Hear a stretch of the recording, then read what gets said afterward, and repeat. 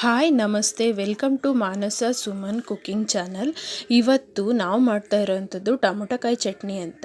ಇದನ್ನು ಸುಲಭವಾಗಿ ಮನೇಲಿ ಮಾಡ್ಕೋಬೋದು. ಇದನ್ನು ಮನೇಲಿ ಏನಾದರೂ ಹುಷಾರಿಲ್ಲ ಅಂದರೆ, ಯಾರಿಗಾದರೂ ಬಾಯಿ ಕೆಟ್ಟಂಗಾಗಿದ್ದರೆ ಅಥವಾ ಒಂದೇ ಥರ ಸಾರು ತಿಂದು ಬೋರ್ ಆಗಿದ್ದರೆ ಇದು ಬಾಯಿಗೆ ತುಂಬ ರುಚಿಯನ್ನು ಕೊಡುತ್ತೆ. ಇದನ್ನು ಯಾವ ರೀತಿ ಮಾಡ್ಕೊಳ್ಬೇಕು ಅಂತ ಹೇಳಿದ್ರೆ, ಈ ಟೊಮೊಟೊಕಾಯಿ ಚಟ್ನಿನ ನಾವು ಮುಖ್ಯವಾಗಿ ಟೊಮೊಟೊನ ಜಾಸ್ತಿ ತೊಗೋಬೇಕು. ನಾನು ಅದಕ್ಕೆ ಇಲ್ಲಿ ಟೊಮೊಟೊಕಾಯಿ ಚಟ್ನಿಗೆ ನಾನು ಫಸ್ಟು ಒಂದು 4 ಬದನೆಕಾಯಿ ಇದ್ದರೆ ತೊಗೊಳ್ಳಿ, ಅದು ಆಪ್ಷನಲ್ಲು. ಅದಕ್ಕೆ ಒಂದು 6 ಟೊಮೊಟೊನ ತೊಗೊಂಡಿದ್ದೀನಿ, 10ರಿಂದ 15 ಮೆಣಸಿನ್ಕಾಯಿ, 1 ಬೆಳ್ಳುಳ್ಳಿ ಉಂಡೆನ ತೊಗೊಂಡಿದ್ದೀನಿ, ಹಾಗೆ ಸ್ವಲ್ಪ ಕೊತ್ತಂಬರಿ ಸೊಪ್ಪು. ಈಗ 10ರಿಂದ 15 ಹಸಿ ಮೆಣಸಿನ್ಕಾಯಿನ ನಿಮ್ಮ ಖಾರಕ್ಕೆ ಎಷ್ಟು ಬೇಕೋ ಅಷ್ಟು ನೀವು ತೊಗೊಳ್ಳಿ, ಸ್ವಲ್ಪ ಜಾಸ್ತಿನೇ ತೊಗೊಂಡ್ರೆ ಒಳ್ಳೆಯದು. ಅದನ್ನು ಎಣ್ಣೆ ಹಾಕಿ ಹುರ್ಕೊಳ್ಳೋಣ.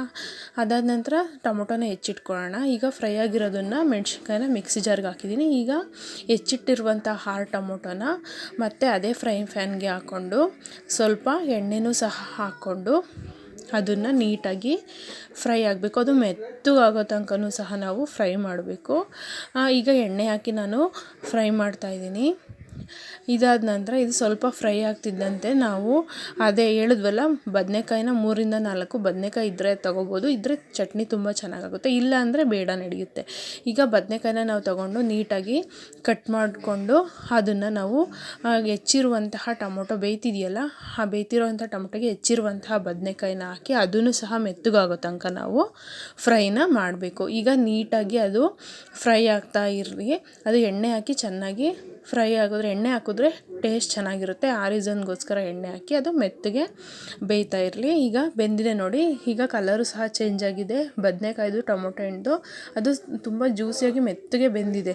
ಆ ಥರ ಬೆಂದಿದ್ರೆ ಈಗ ಟೊಮೊಟೊಕಾಯಿ ಚಟ್ನಿ ಮಾಡೋದಕ್ಕೆ ರೆಡಿಯಾಗಿದೆ ಅಂತ. ನಾನು ಹಾಗೆ ಉಳಿದಿರುವಂತಹ ಹಾಗೆ ಕೊತ್ತಂಬರಿ ಸೊಪ್ಪು, ಉಳಿದಿರುವಂಥ ಬೆಳ್ಳುಳ್ಳಿ ಮತ್ತು ಉಪ್ಪನ್ನ ಸಹ ಹಾಕ್ಕೊಂಡಿದ್ದೀನಿ ಮೆಣಸಿನ್ಕಾಯಿ ಜೊತೆ. ಈಗ ಫ್ರೈ ಮಾಡಿರುವಂಥ ಟೊಮೊಟೊಕಾಯಿ ಹಾಗೆ ಬದನೆಕಾಯನ್ನು ಸಹ ಹಾಕ್ಕೊಂಡು ಅದನ್ನು ಮಿಕ್ಸಿಲಿ ನಾವು ತರಿಯಾಗಿ ಫುಲ್ ಫೈನ್ ಪೇಸ್ಟ್ ಮಾಡಬಾರ್ದು. ಇದು ಸ್ವಲ್ಪ ತರಿಯಾಗಿ ರುಬ್ಕೋಬೇಕು. ನುಣ್ಣಗೆ ರುಬ್ಕೊಂಡ್ರೆ ಅಷ್ಟು ಚೆನ್ನಾಗಿರಲ್ಲ ಟೇಸ್ಟು.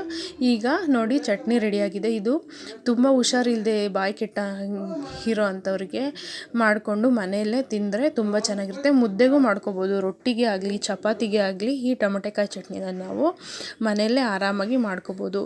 ಈ ಟೊಮೊಟೊಕಾಯಿ ಚಟ್ನಿ ನಿಮಗೂ ಇಷ್ಟ ಆದರೆ ನೀವು ಇದನ್ನು ಮನೆಯಲ್ಲೇ ಮಾಡ್ಕೊಳ್ಳಿ, ತುಂಬ ಸುಲಭವಾಗಿ ಮಾಡ್ಬೋದು. ನನ್ನ ಚಾನಲ್ನ ಸಬ್ಸ್ಕ್ರೈಬ್ ಮಾಡಿ. Thank you.